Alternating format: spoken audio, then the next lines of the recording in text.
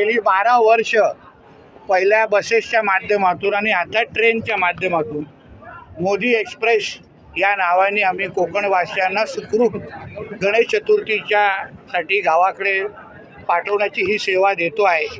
भारतीय जनता पक्षाच्या माझे सगळेच सहकारी आम्ही एकत्र येऊन आमचे कोकणवासियांसाठी गणेश चतुर्थी हा सर्वात मोठा सण आहे, म्हणून त्यांनी या मुंबईच्या आणि आजूबाजूच्या परिसरातल्या धावपळीच्या आपल्या जीवनावर थोडा वेळ काढून आपल्या गावाकडे जाण्याची जी त्यांची संधी असते, ते जे वाट पाहत असतात, त्या याच्यामध्ये आमचाही थोडा खारीचा वाटा असला पाहिजे हा आमचा प्रयत्न असतो।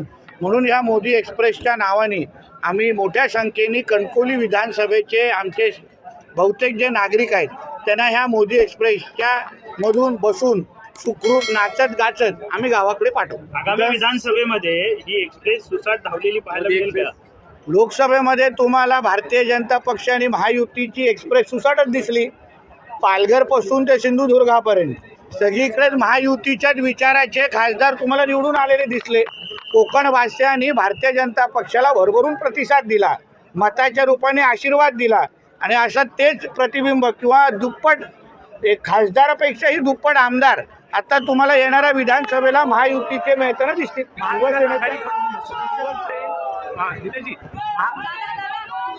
महाविकास आघाडीकडून या ट्रेन्सला special trains for special game अशी टीका करण्यात येते आहे। खरं तर पहिल्यांदा तुम्ही करत नाहीत, माझं म्हणणं आहे आमचे विरोधक किंवा महाविकास आघाडीचे जे आमचे विरोधक आहेत, भारतीय जनता पक्ष अगर 5 ट्रेन सोडत असेल तर त्यांनी 6 तरी सोडावेत।